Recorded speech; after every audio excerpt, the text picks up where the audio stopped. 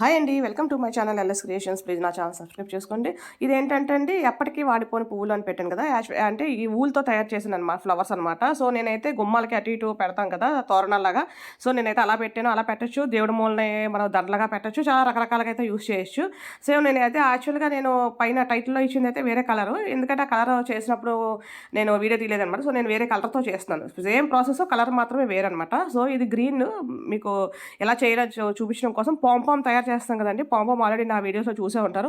పాంపామ్కి అయితే కట్ చేసేది చాలా ఎక్కువ దగ్గర వరకు కట్ చేసేస్తాం రౌండ్గా రావడం కోసం. ఇది అంతవరకు కట్ చేయగలదు, జస్ట్ అన్ఈవెన్గా ఉండేవి అన్నీ కట్ చేస్తే చాలు. సో అలాగా పింక్ కలర్ చాలా వరకు ప్రిపేర్ చేశాను. మనకి ఎన్ని కావాలంటే అన్నీ అనమాట. నేనైతే అవి 30 ఇవి 30 ప్రిపేర్ చేస్తాను. ఆ కలర్ 30 ఈ కలర్ 30 అనమాట.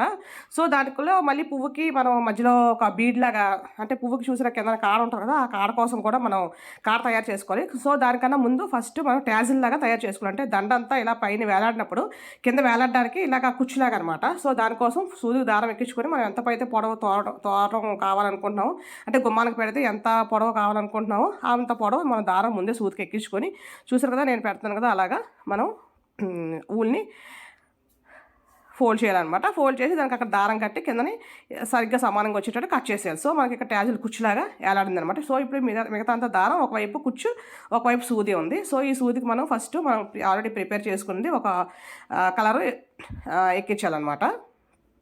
ఎక్కించిన తర్వాత దీనికి ఇప్పుడు కాడ కావాలి కదండి.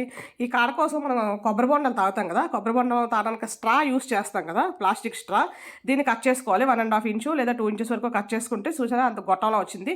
దానికి మనం ఈ థ్రెడ్, గ్రీన్ థ్రెడ్తో, కాడ ఎప్పుడు గ్రీనే కాబట్టి దాంతో మనం దానికి చుట్టేయాలన్నమాట. సూత్తో చుట్టేస్తే మనకి ఆ బీడ్ వస్తుంది, లోపల ప్లాస్టిక్ అది ఉండిపోద్ది అనమాట. సో దాన్ని ఇప్పుడు మనం ఈ కలర్, పింక్ కలర్ పెట్టిన తర్వాత అది పెడితే చూసారు కదా ఒక పువ్వులాగా వస్తుంది అనమాట. కింద కూర్చొచ్చింది, పైన పువ్వులా వచ్చింది కదా. ఇప్పుడు మళ్ళీ రెండో కలర్ అనమాట. 2 కలర్స్ నేను యూస్ చేశాను. మన ఇష్టం, అది మనం ఎన్ని కలర్స్ కావాలంటే అన్ని కలర్స్ యూస్ చేసుకోవచ్చు. మల్టీ అంటే మల్టీ చేసుకోవచ్చు. సో నేను అదైతే ఎల్లో అండ్ ఆరెంజ్ చేశాను. ఇది ఇంకో కలర్ అనమాట. సో మళ్ళీ ఆ కాడ అనమాట, కాడ కోసం తయారు చేసినా కదా అది.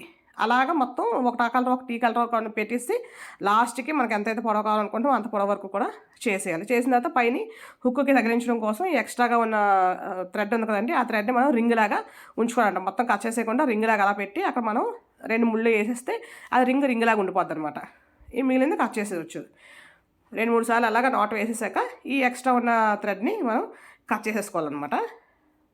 కట్ చేసేసుకుంటే మనం ఎక్కడ కావాలనుకుంటే ఇలా స్ట్రైట్గా కావాలంటే స్ట్రైట్గా చేసుకోవచ్చు. లేదు మనకు 2 వైపులా తగిలించుకోవడానికి కావాలనుకుంటే 2 వైపులా ఇలాగే థ్రెడ్ పెట్టుకోవాలి.